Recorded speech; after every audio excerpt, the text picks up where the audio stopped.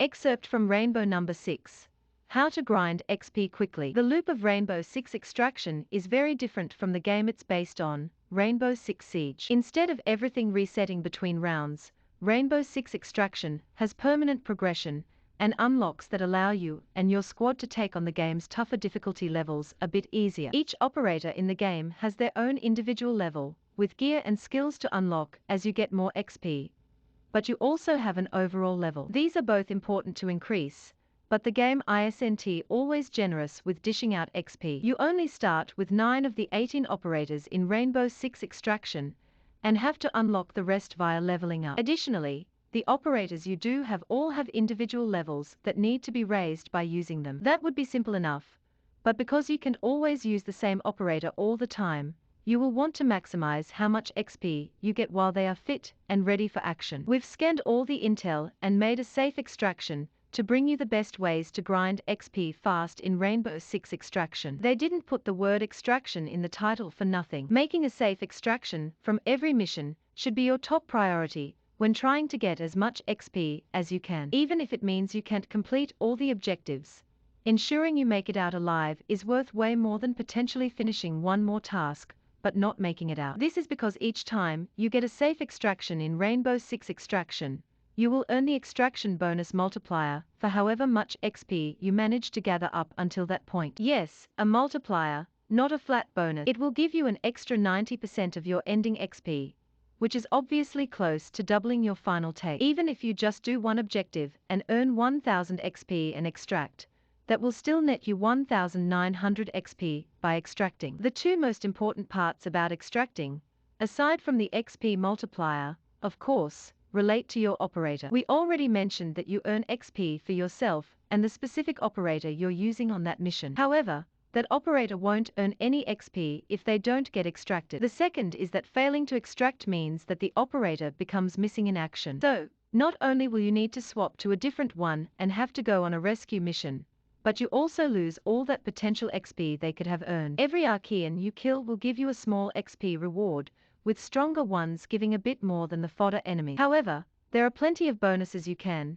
and should, take advantage of to make each kill worth your while. Stealth kills are the most consistent to take advantage of, but also should be part of your plan since going in guns blazing isn't a recommended tactic when the hordes start rushing you. Stealth kills are simple in Rainbow 6 Extraction. As long as you have a gun with a silencer equipped, which you always should, then simply make sure you're in the crouched position when you pop an alien's head to get a sweet XP bonus. If you're feeling extra sneaky and the opportunity presents itself, go for a stealth melee takedown. This will give you an additional XP bonus. Other methods to earn additional XP per kill include killing scanned enemies, hitting their weak points, and getting headshots. These also apply to nests as well, so not only will doing a melee takedown grant you more XP for killing the nest, but you will also save plenty of very valuable ammo in the process. We'll go more in depth on that later. Studies are optional objectives that are unique for each of the regions in the game, but are actually worth some of the highest XP payouts in Rainbow 6 Extraction. You can see what the current study objective is when selecting a map in Quick Play,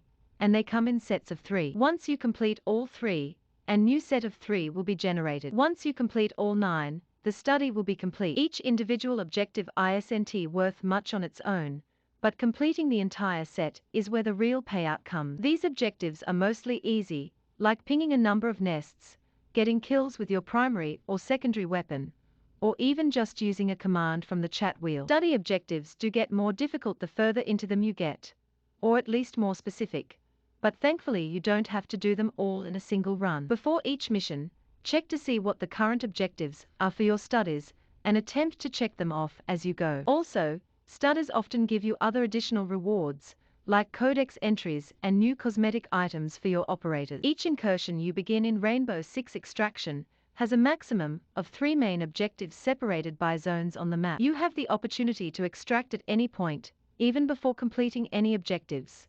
But you also do get a preview of what each zone's objectives will be. Not all objectives are created equal in terms of difficulty, and the second and third ones will always be more difficult than the first simply due to the fact that they will have a higher number and more dangerous Archeans in later zones. They do give increased XP rewards, 1000 for the first, 1500 for the second, and 2000 for the third on the moderate difficulty level.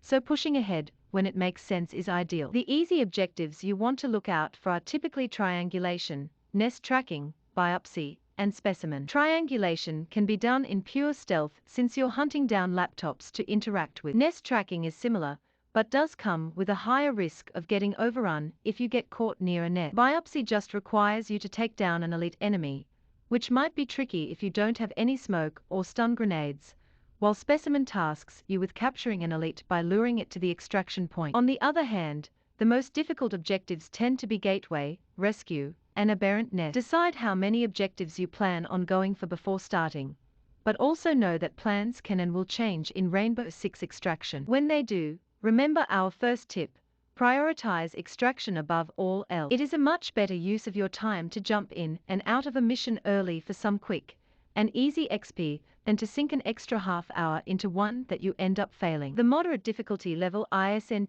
too tough for teams of 3, especially once you've started to unlock and level up your favorite operators. If only to keep things interesting, you'll probably want to raise the challenge level. Upping the level will automatically increase the XP you earn from every objective you complete, main and optional, but comes with some consideration. The main objectives, for example, go from 1000 XP for the first objective on moderate all the way up to 3000 XP on the critical difficulty level. So even completing just one and extracting is almost worth as much as extracting after doing 2 on the lower difficulty. Aside from enemies being tougher, more numerous and aggressive, and powerful on higher difficulties, they will also introduce new modifiers to the mission called mutation. These always put a wrinkle in the mission that works against you, such as making enemies leave pools of sludge when killed or giving nests armor. You should at least wait until you have your operators at level 5 before going crazy with the difficulty levels, since this is when you unlock that operator's perk, all of which are very useful. We did call this mission one of the more difficult ones in Rainbow Six Extraction, and it is. But if you're able to handle it, then you can find yourself a nice opportunity to farm up some XP. The Aberrant nest missions have you and your team track down 5 nests on the map, destroy them, and then collect a specimen sample from the one in the middle of the cluster. They usually all spawn close together, but as soon as you pop the first nest, the Archeans will start to swarm in from the remaining nest. If you've got a nice choke point, you can just melee one nest and hold down a position where you can funnel in the oncoming mobs and mow them down. You won't get as much XP per kill as you would for stealth kills, but the sheer number you can rack up here more than makes up for it. Just make sure you keep an eye on your ammo and supply counts, and don't press your luck too hard that you end up failing to either complete the objective or make it to the extraction zone. This last tip has 2 meanings. The first is probably obvious for a co-op focused game like Rainbow Six Extraction, which is to play as a team. Don't go out there like a lone wolf, or leave your downed teammate to fend for themselves. Just like Rainbow Six Siege,